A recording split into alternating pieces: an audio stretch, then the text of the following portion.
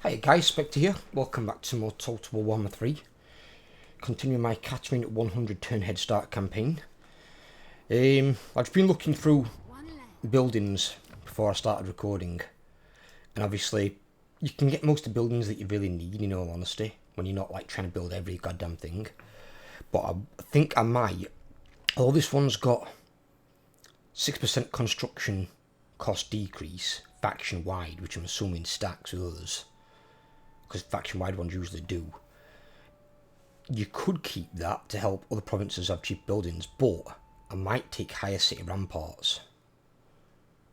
3 reasons on there primarily. 1, defensive supplies, bit extra. Improved projectiles, which is the main one, and then attrition minus 20% when under siege. So they're not able to siege you out as quickly. But if your tower projectiles is your big towers on the outside of your city walls, and then shooting like a magical lightning, that'll be really effective against pretty much everything. And you want to hold your walls these days. So if you've got towers in decent locations, and you're not getting shafted, that's something you really want to take advantage of.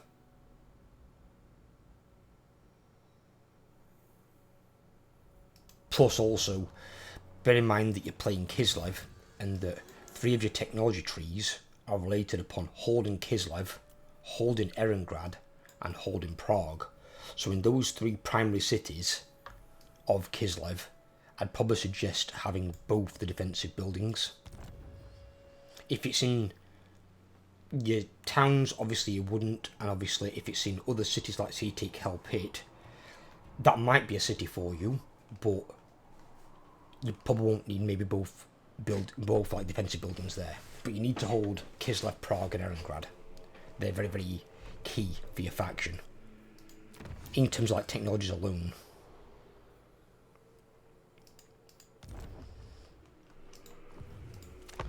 I'm trying to get as much money as I can at the moment because I've got to try and afford bear riders at like 400 a piece. The bear riders, don't get me wrong, I've fought bear riders, they're very, very good units. They're durable. They've got good melee attack. Not got great melee defense though, in all honesty, but then again that's a basic rank. Obviously at rank 9, probably a different story. We're probably rocking like mid 40s, low 50s in melee defense, which is pretty good. And then you obviously get your rank 7 upgrade as well, but I'll probably give them some more.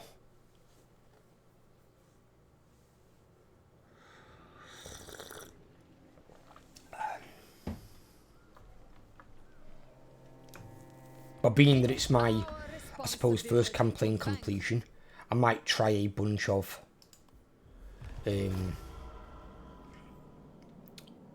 like a few different armies. Not a bunch, but a few different armies.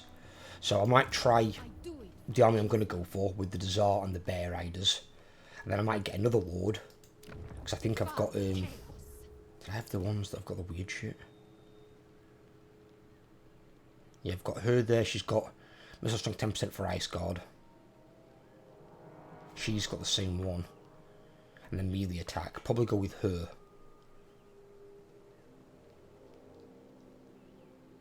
But basically I could use her and make a Ice Guard army.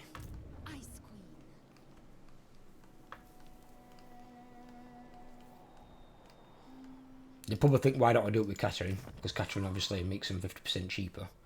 I could do.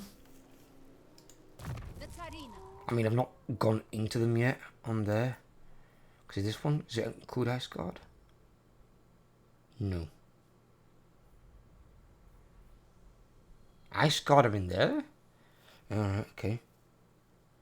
So they get melee attack and defense and then missile strength 8%. That's kind of weird.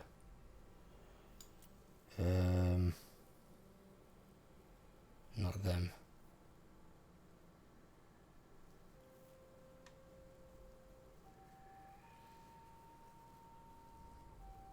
They get more ammunition there than missile resistance. What's the range of Ice Guard? Oh, 160. 160 is pretty good.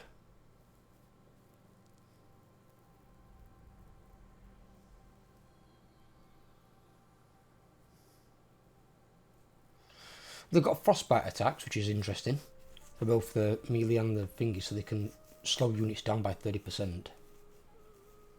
And the anti-infantry. That's probably more the melee, isn't it? Yes, the melee. Okay. Then again, saying that, don't they have a fucking... the halberd version? Yeah, he's anti-large. He's anti-large and anti-infantry. Shows here. In fact, no, just one. Is that the same symbol? Oh, it's slightly different. The sword's much bigger than the tiny person.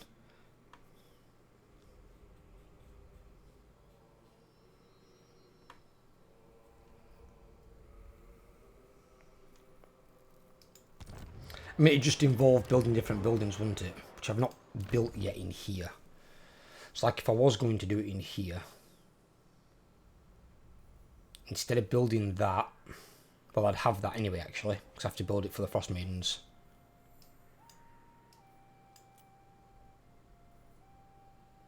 That one gives us furs. It's not a crew for Warbear Riders, which I technically wouldn't need.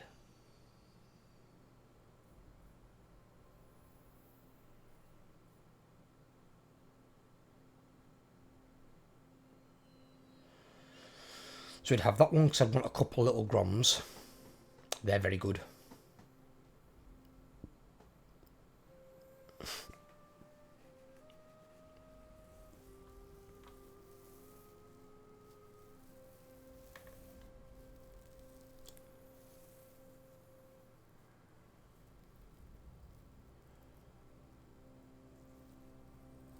And although these can kind of hold their own in combat, I treat them the same way I would treat Sisters. I do take like 4 or 5 melee units, so I'd probably take like Zargard with shields, just to hold the front line a bit longer. I wouldn't care if those die in that army, they'd be expendable. They're just there to make sure they don't get straight through to the Ice Guard. And then I'd probably have 3 units of Streltsy.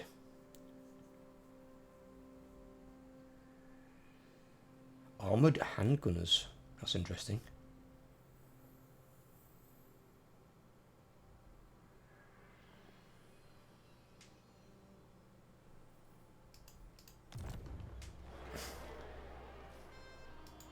Kislev endures. Born to rule. Because that would benefit Streltsy. Melee defense and reload time reduction. That's both of them. Missile resistance, ammunition, melee attack, and then we want the things one with battle engineers. Ammunition, reload time reduction, missile resistance.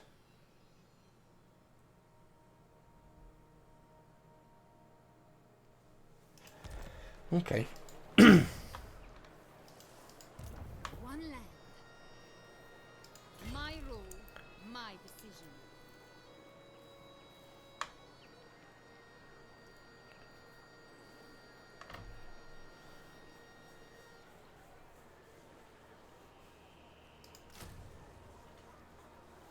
Now we can have a look. I don't know.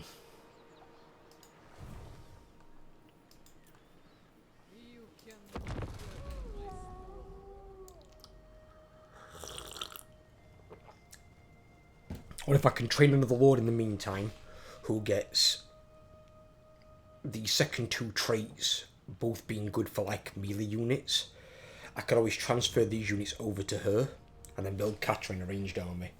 Obviously I just need to decide that before I go into the red tree, but I've got to do all the blue tree first. And on both of them I've got to do the magic tree. Magic tree comes first, then the blue tree, then the red tree last.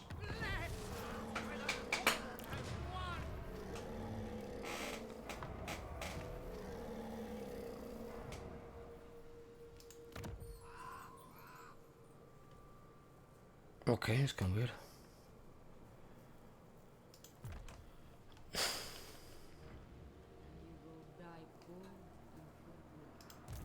Maiden of the Frosts.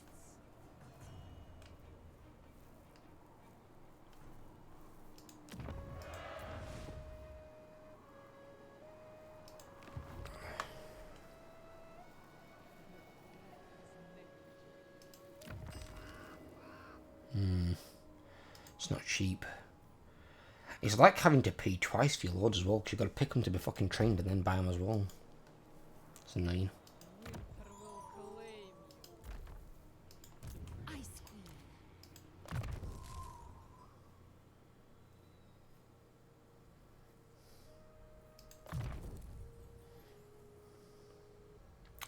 These guys die a lot. So I'm kind of thinking these are better off being on a war bear. I mean, once them in combat, they're not very good at it. They die all the time.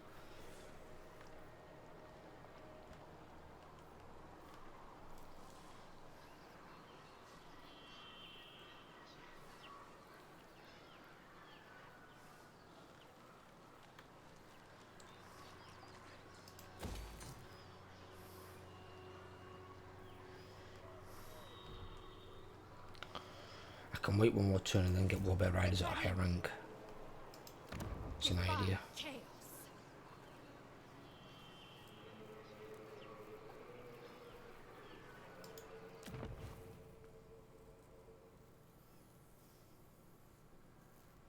I like how this, with the rank increase here, doesn't benefit the Tsar that come from here. It's kind of weird.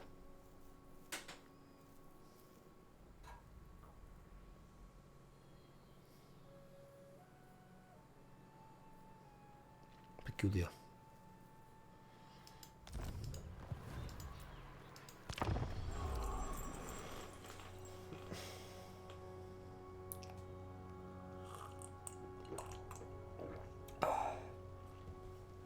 Good cup of coffee in the morning. Always a nice way to get yourself woken up. As like the slaughterer.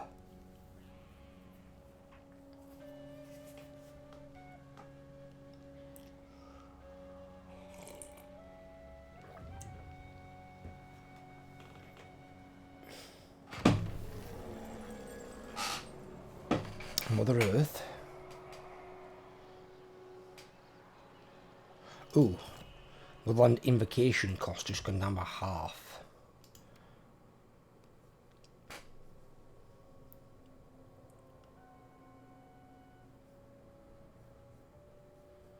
Duration's 10 turns. How long's that thing last? That 20 turns. Ooh. So I'm guessing once you use it, it's kind of used, but... Or I could cast two in the same time, I don't know.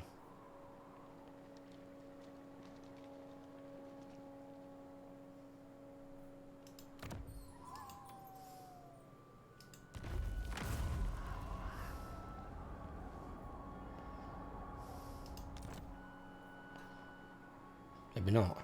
Because that last 10 turns, then I can cast it again with the same buff. In 10 more turns. I like that one because it's defensive, but then also offensive, the army ability. And the way that you gain settlements, but obviously I can't attack at the moment.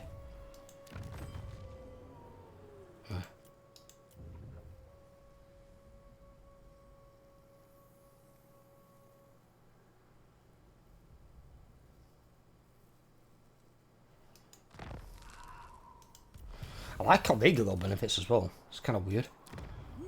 They got, so see, that is, if I'm not mistaken, he's like an extra unit in the garrison. He's a low level unit. Because that is my dude, isn't it? I go whatever the fuck he's called. Yeah. So if you've got them in there, they could do a similar sort of thing for all the factions. For like they're having like a minor skill tree almost, so they can like level up the garrison hero or lords. I ain't got to be level 50, but you know, just give them like a small skill tree, something that can make them, if they're a fighter, better in combat. A mage, give them a spell lore so they can have all the spells better at casting, and then maybe just something that helps the garrison units be a bit stronger in some way, or you can gain more supplies and resources or something weird like that. Be pretty good. And then while they're there, they can also offer like here they're getting boosts. What's he giving me? I'm getting less attrition when under siege. That'd be obviously a really good one for all defensive heroes and lords. You could do recruit ranks, but other ones that benefit the area more by like extra growth, extra control, less chance for plague spreading, stuff like that. Those could be really good little benefits they could give them as part of like a skill tree. But one it's really important for is Ogre Kingdoms. Ogre kingdoms need a way to level their tyrants in their ogre camps. Because the ogre camps are so important to an ogre kingdom. Because they're basically all cities. And as it stands at the moment, once you start building your better units, the weakest unit in the ogre camp is the tyrant. Because he's a level 1 lord that has no skills and he can't get magical items. Now, not get magical items that I can understand. It's a garrison technical lord or hero. But he should have some sort of skill tree to go with him. Especially for the ogres. Because it's really important. Because that means basically you've got 19 units you can rely upon and 1 that you can't. And yet if he dies or flees, like perma breaks sort of thing, it affects the morale of all units in that encampment. So it's no good. Gliding forth. Not in this diocese. I'm just seeing what we've got on where. Let the frost empower us. Making sure I've got no Archon coming this way. Right. I think here.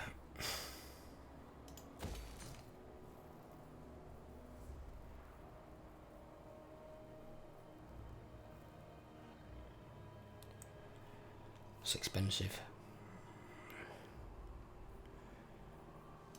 That's not.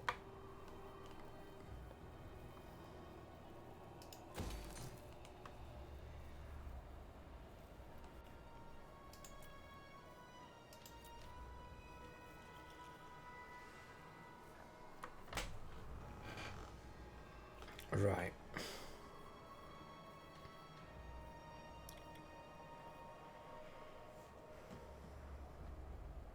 How do I want to do it? How do I want to do it? Do I want to try Mislam with these?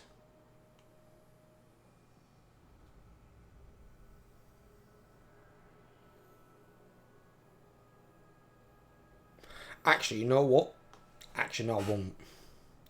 Because I've just thought, because I'm doing the 100 turn head starts as well as the normal campaigns, I'm playing through each faction leader twice. So I could do a melee playthrough and a ranged playthrough. For factions that can anyway. Obviously like Lizardmen, they're pretty much all melee. Same with Chaos, same with Norska. You know, same with Greenskins. They're all thing with Greenskins that I will do is, as I play the non-Goblin Legendary Lords, I'm going to try and put some of the Orc units in there. Where I can, but obviously Orc units are a lot more expensive. So like the idea is to probably go half Skulkers, half Big Uns for Azag. Half Black Orcs, half Skulkers for Grimgor. And then maybe half Savage Orc Big Uns, half Skulkers for Wurzag. Because you need something that can bring down enemy range units. And if you haven't got good cavalry, which Greenskins don't, you need something like Skulkers that can vanguard and get behind them to take out their artillery when your front line runs in. The main difference there is that your front line is going to hold longer with the Greenskins. Just that you're not going to have armor piercing potential with your Big Uns and Savage Orc Big Uns. You will do with Grimgor's Black Orcs, but not with the others. You really should with Big Uns and Savage Orc Big Uns. I don't know why you don't, because they are really big orcs. You'd think they'd hit you with fucking, a fair bit of force.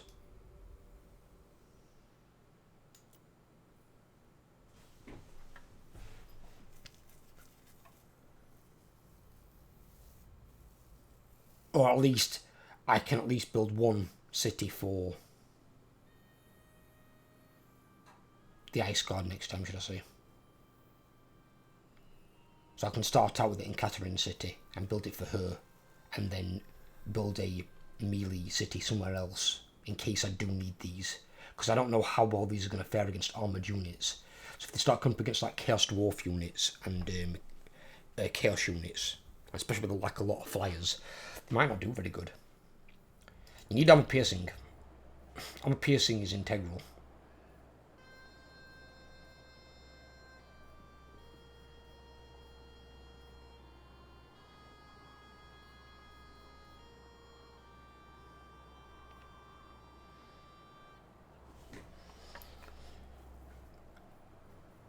I might just save and get that.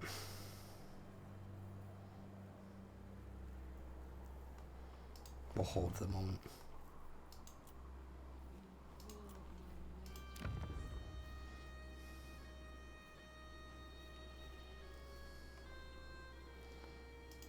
Kislev endures.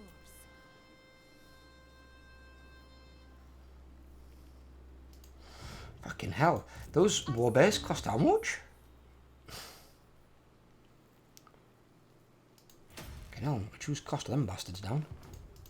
Born to rule. Fucking 1,440 for them. The Katarin. Expensive. Ain't there another building on here that increases rank? That one. We can't build it yet.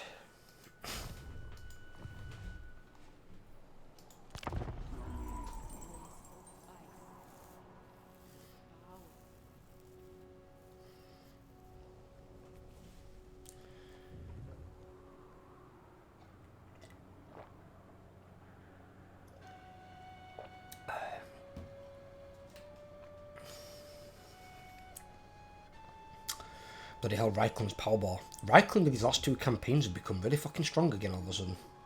Then again, I suppose, in Reikland's mind, they're not affected by the Imperial Authority mechanic. Because it infects relations, which AI doesn't suffer from, and it affects control, which the AI doesn't really suffer from either. Unless you're, like, artificially affecting it, like by raiding the province of multiple armies, or another AI, for the same thing.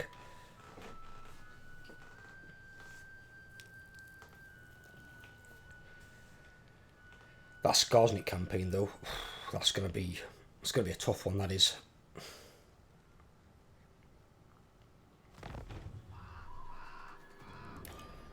And I think this one, by comparison, should be quite easy because I need 30 settlements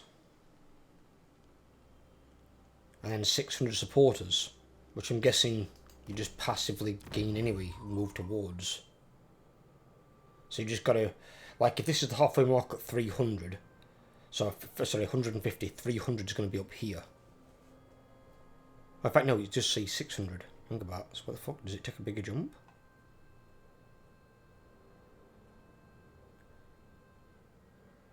That's 100 to 200. That's 200 to 399.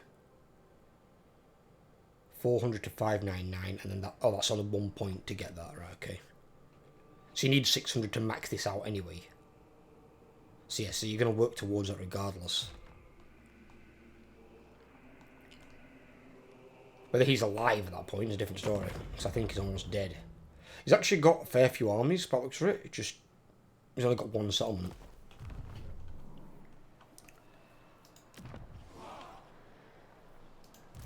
None shall question me.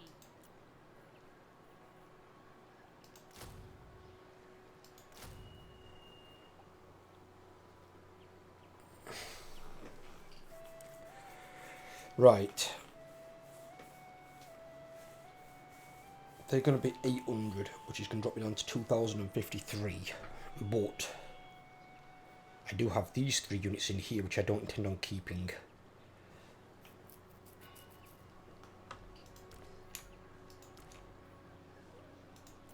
I have no patience for weakness.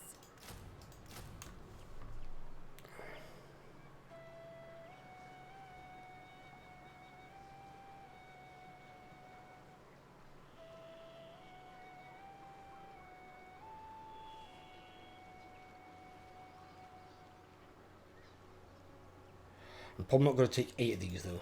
They're really expensive. Ice cold.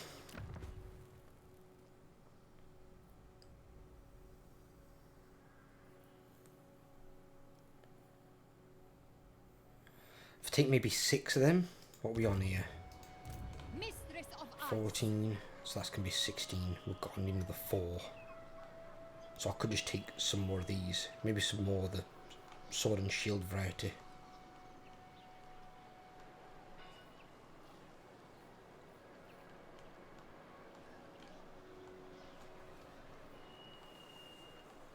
We'll take a mix.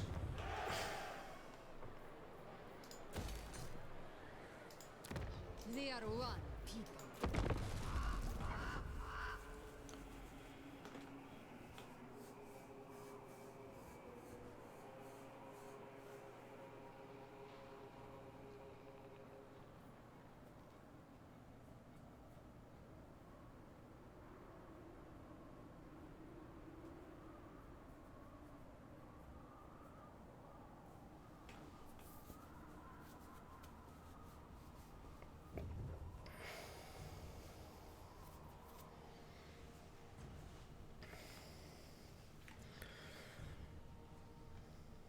As my understanding goes as well of Kislev, it's weird. Almost every time there's been a Everchosen, they've sacked to the city of Prague because it's right in the way. So rather than circumvent it, they just go straight through it.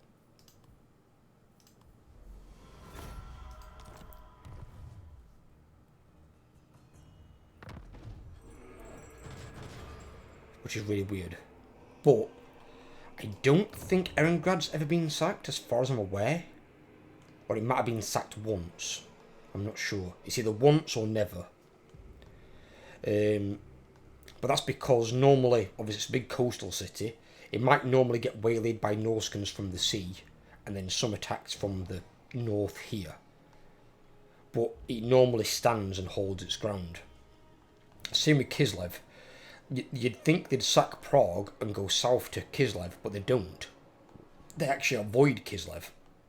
Because obviously, although this is not entirely accurate, but there are ways to basically bypass the city of Kislev and its armies, because armies then are usually situated either around it or in it, defending the main capital, which that's never fallen. I know that hasn't been sacked.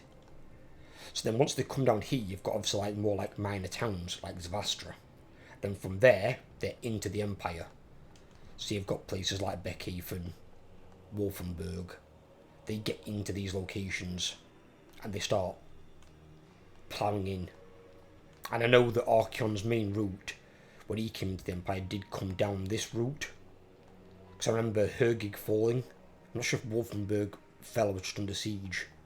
And then obviously they made their way towards Mindenheim. I know they destroyed this as well.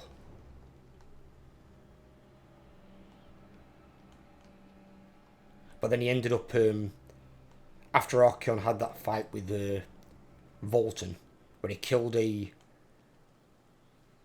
another warrior priest. He wounded Volton. Unfair fight anyway, 2-on-1. And then Grimgor comes out of nowhere and pins Archeon to the floor and puts his axe to his throat. So Grimgor could have killed him. He could have actually saved the world. But for some reason, he didn't kill Archeon. I don't know why. Which actually, Grimgor's undoing later on. Because Archeon actually fled up here and went up around the middle mountains up this area to like regroup.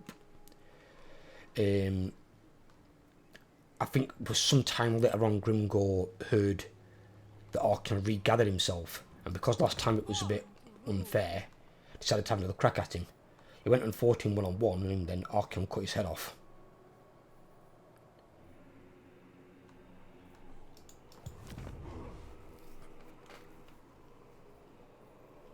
It's a lesson to be learnt there. If you get a chance to kill a potentially lethal enemy, kill the lethal enemy. I summon wealth. Don't let them live to give them another chance at you. I will make it so.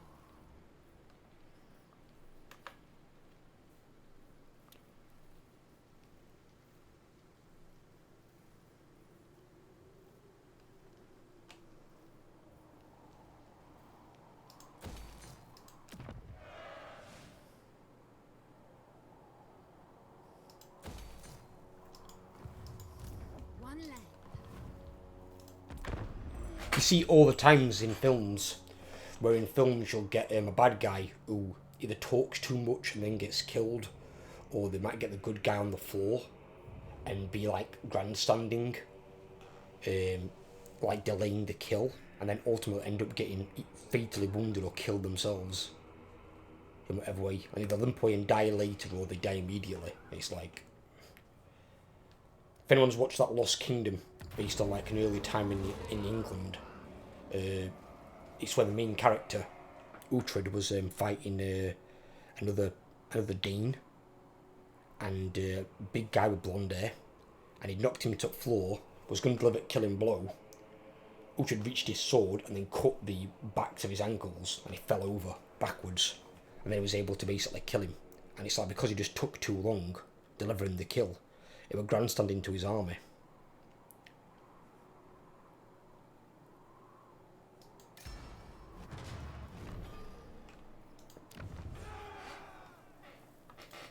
Mistress of ice. Right, so still got almost 2,000 coming in, that's not bad. And now we've got some warbears.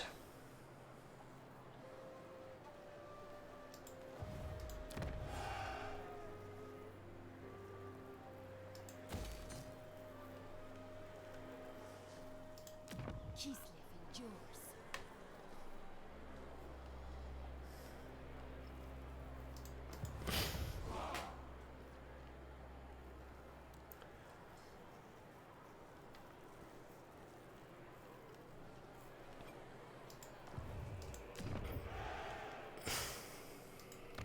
None shall question me.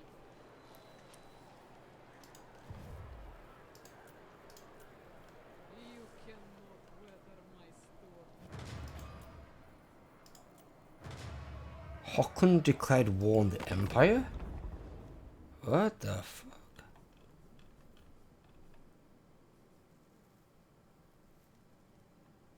Ready. So I wouldn't recommend it, For that is all I ever wanted. personally.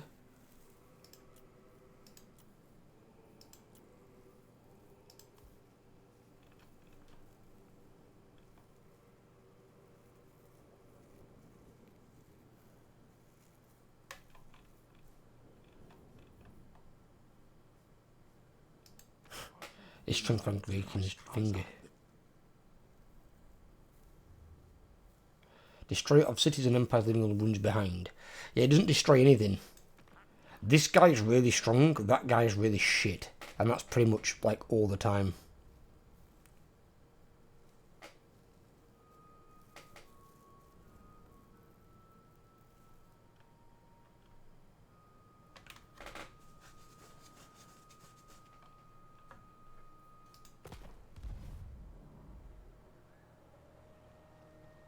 What the fuck?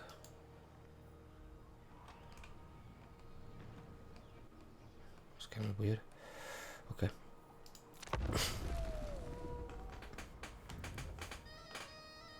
Oh shit, Astrogoth's there.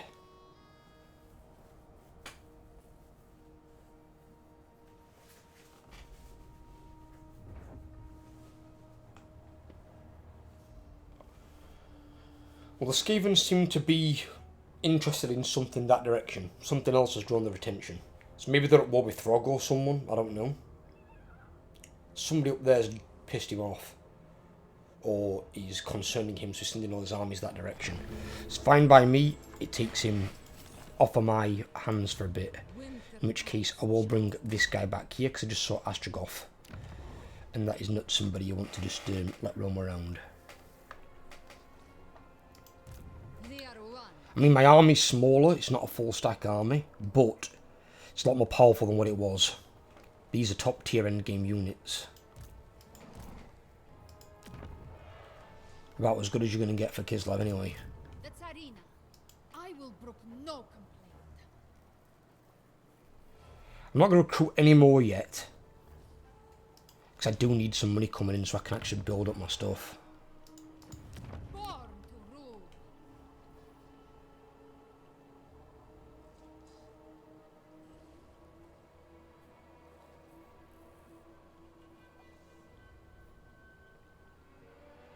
What do I get from this?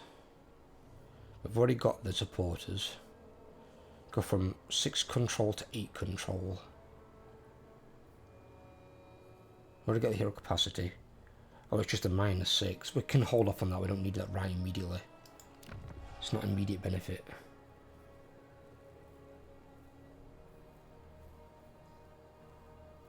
What is that one? Yeah. Get that.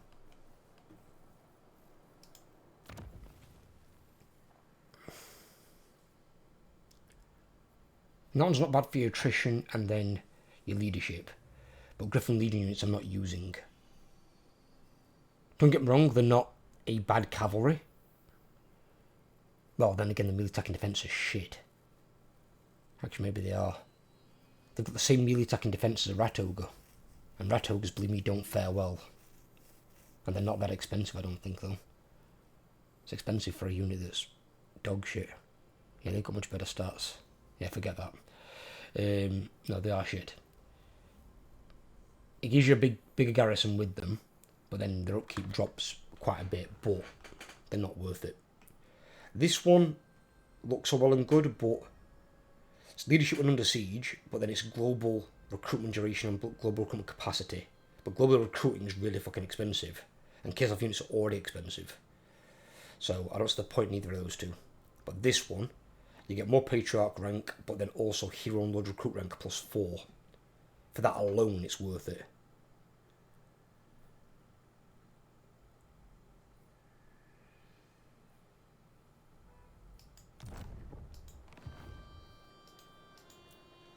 We are in winter's embrace. What am I researching next? Oh, that for a bit more money. Yeah, we need some more money coming. We really do.